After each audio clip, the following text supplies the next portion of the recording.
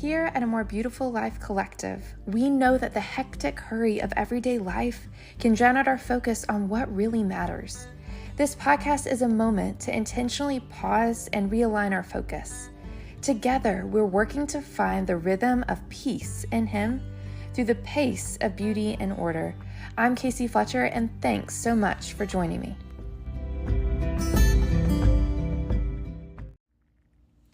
Picture with me for a moment. You wake up in the morning and you've already overslept. You walk out and your house is a mess. There's things all over your counter. You look at the pile of laundry on the floor. Nothing's where it should be. And you have to rush out the door because you need to be at work in less than half an hour. I think all of us have felt this way at some point, whether that was in high school or in college. But the thing is, the way that you start your day is going to determine how your whole day goes. And sometimes I think that we focus so much on all the things that we have to do that we miss out on the little things that can make our life so much better. And so that's what we're going to focus on this first episode of A More Beautiful Life Collective podcast. As we think about all the things that we hope to do in our life, a lot of times we can skip over those parts of the day that seem a little bit mundane. If we think about the things that we want to do, we may focus on our end goals, our New Year's resolutions, the things that we want to do in about 5 years. And in doing that, we don't realize how we can actually get to that moment. Instead, we get caught up in the end goal without ever seeing the building blocks that are going to get us there. We're going to be focusing on habits over the next series of podcasts. If you would like a printable copy of the notes that we're looking at, you can go to amorebeautifullifecollective.com, and that will lead you to a subscribe link where you can enter your email, and then you'll be able to download the printable version of all the notes that we're going to be talking about. The reason why this is important is because it gives you a very valuable book list that you can look at to find what I used in order to put this together. As we think about this, I want you to think of these habits as rhythms. So it's not necessarily a checklist. It's not something that you can go through and you can put on a to-do list every day and you could say, okay, if I do these things, something is going to happen for it. It's not a checklist that you need to do. Instead, it's a rhythm of your life. I played percussion whenever I was in high school and I was on the drum line. And the thing is, the drums, I played first bass. So I wasn't even like the main drum line or the snare drum or anything like that. Instead, I was just the first bass, which just means I was the littlest drum on the bass line.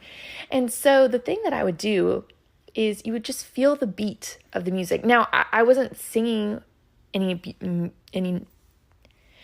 wasn't playing any musical notes. I wasn't leading the melody, but instead that beat, that bass line was the thing that drove the whole band. And if you took that away, you could tell. You can feel that with drums.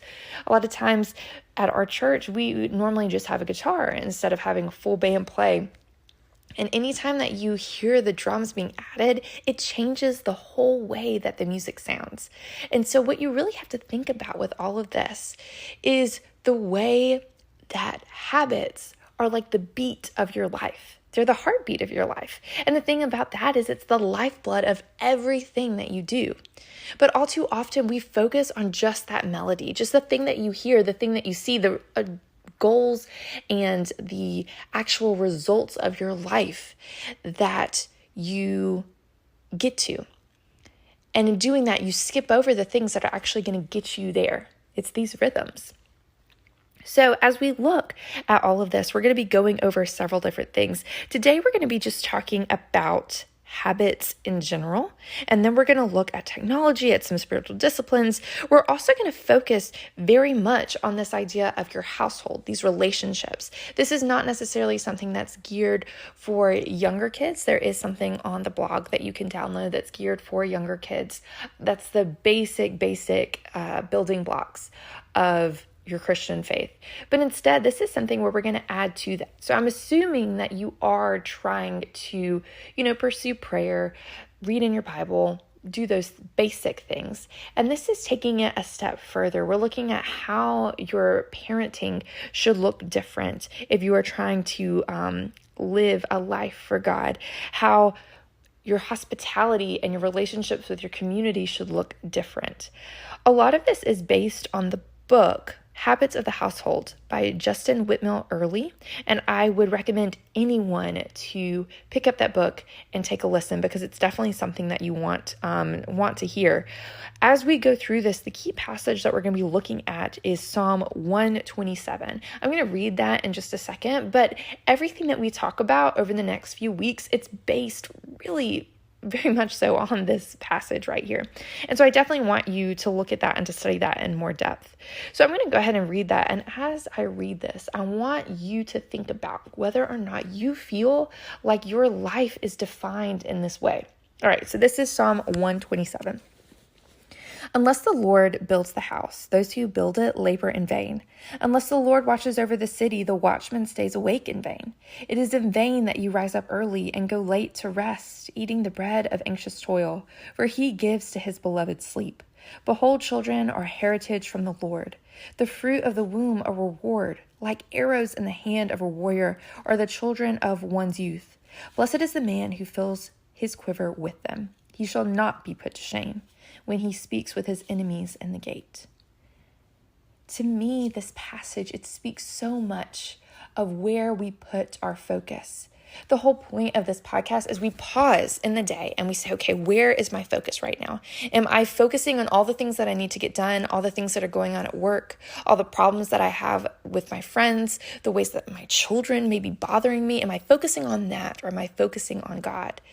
And the thing is, we fill our lives with so much anxious toil that so many times we think that we're the ones that are accomplishing things that are going to make our lives fruitful, but we're not.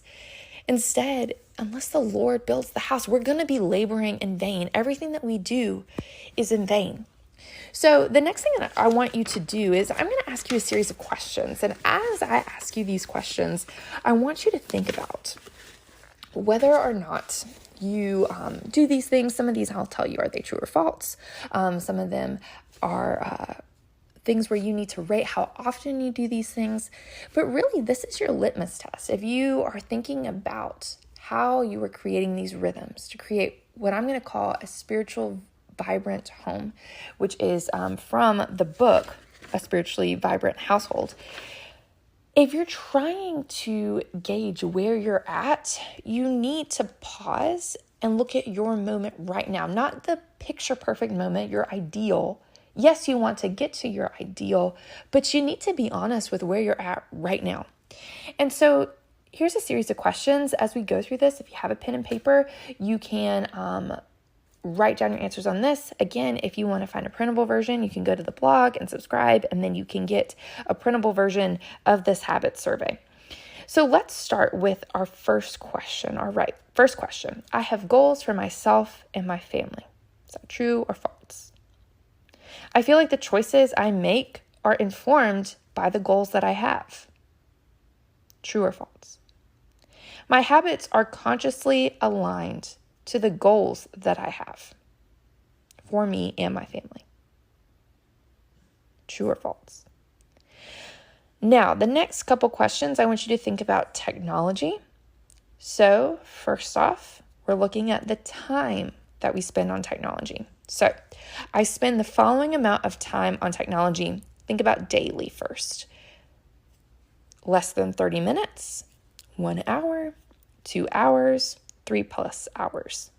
I'd like for you to go ahead and you can pause this episode and go do this now. If you do not have the screen time enabled, which some of my friends told me Android also does that. I'm an iPhone user, so I'm not sure.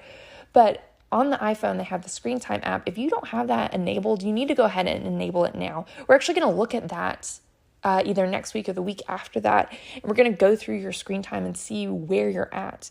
But it's important that you have an actual understanding of how much time you're spending on screens. Now, I was a teacher before I stayed home, and I was on the computer literally the whole time. We had a screen going in the background. All my students were on iPads. So I get that screens are essential, but you want to make sure that you're not doing so much mindless inhaling of entertainment on screens, the mindless scrolling. And so it's important that you know where you're at. So first you have to look daily, how much time are you spending? You can divide that up into work and play time on your screens. And then also think about weekly. So for weekly, do you spend 0 to 2 hours, 3 to 5 hours, or 6+ hours on technology weekly? If you know that daily you're spending 3+ hours, you can't circle or say that you're spending 0 to 2 hours weekly on it. So you have to be honest with those numbers. A lot of times I think daily we're pretty honest, but then weekly we want to minimize that number because it makes us feel bad. All right, next one. I feel like I'm in control of my technology habits, not like my technology is in control of me. Is that true or false? How often do you check your phone daily? Is it every 15 minutes, every hour, every 2 to 3 hours? All right, switching gears. How often do you do the following? So first, focusing on Bible reading. How much do you do individual Bible reading? So you by yourself or opening your Bible. Do you do that every day, every 3 to 5 days, or never? What about communal Bible reading? Do you do that every day, every 3 to 5 days, or never? Same questions, but about prayer. What about individual prayer? Do you pray by yourself every day, every 3 to 5 days, or never? What about communal prayer every day, every 3 to 5 days, or never? I think a lot of times with this, you could be really good at one, but not so much at the other. So you may be very consistent in waking up every morning and individually reading your Bible, but then whenever it comes to spending time with family or with friends, unless you're at church, you never do it. Or you could only pray at church, which means that automatically you're only doing that every 3 to 5 days, or not even that much, depending on how often you go to church. All right, so the next question, again, this is after we look at spiritual disciplines, I don't want us to just stop there. I think a lot of times we can look at habits and we can talk about reading our Bible and prayer, and that can be it. But really, there's so many more spiritual disciplines or rhythms, things that you need to do in your life to help you in your spiritual walk. And so that's where we're going to look at next. All right, so first, we're going to look at the household, and then everything we're going to talk about later on kind of builds on this. So first, who do you consider your household? Is it just your immediate family, or do you also consider your extended family, friends, church members, colleagues? Are they your household or your family as well? So thinking about that number, how many people does that include? You have to do some quick math for that one. How do I interact with my household daily? So do you do meals with them, chores, prayer time, worship time? Is it just screen time? Is it just shuttling them around as you go to daycare or drop-off pickups? If it's just you and your household because you're single, you're at home, maybe you're working, is there a way that you interact with other people daily that you, even if it's not necessarily who you would consider your household? What about weekly? So do you go for outings? Do you go to church? We'll talk about some routines that we have, some traditions that we have in my house. So there's things that I do. I go to church, but then we also do a family movie night. So that's a different way that I interact with my household that I don't do every day. So I think it's important to talk about weekly as well as daily. All right, how often do I eat with the people in my home? At a table with no screens. Is that every day, every 3 to 5 days, or never? How often do I invite people into my home? Every day, every 3 to 5 days, or never? Next, a different type of spiritual disciplines, but still talking about food. How often do you fast? So you're abstaining from food or something else. Is it weekly, monthly, or never? What are some of the things that you fast from if you normally do fast? This is one thing that I definitely struggle with. I am not someone who fasts very frequently, and so thinking about what I can fast from is a big thing, but also having the discipline to actually go through with it is it's a struggle for me. All right, so switching gears to our last topic.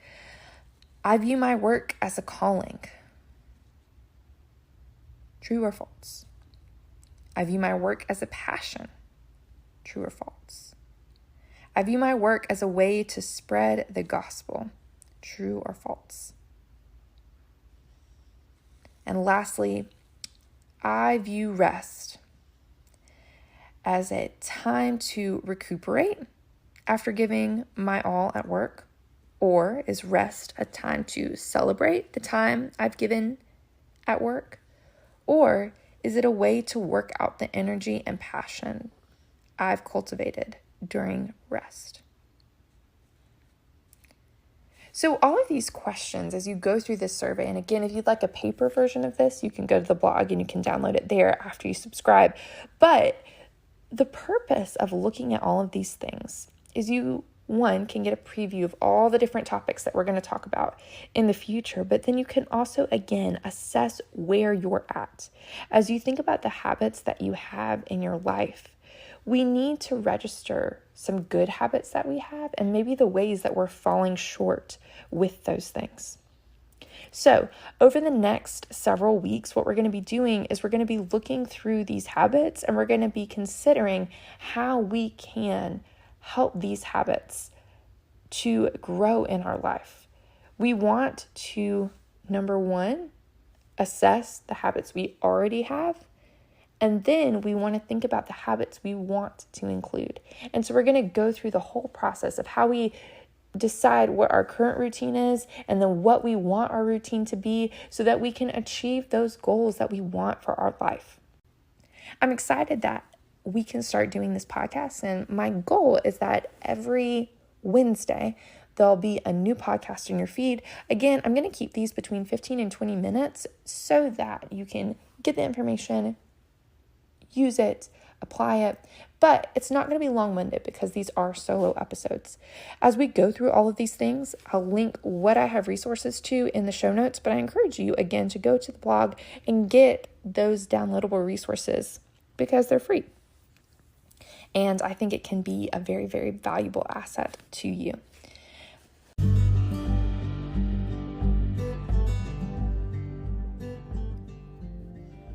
Thanks so much for joining me at the More Beautiful Life Collective podcast. I'm Casey Fletcher, and I hope I'll see you next week.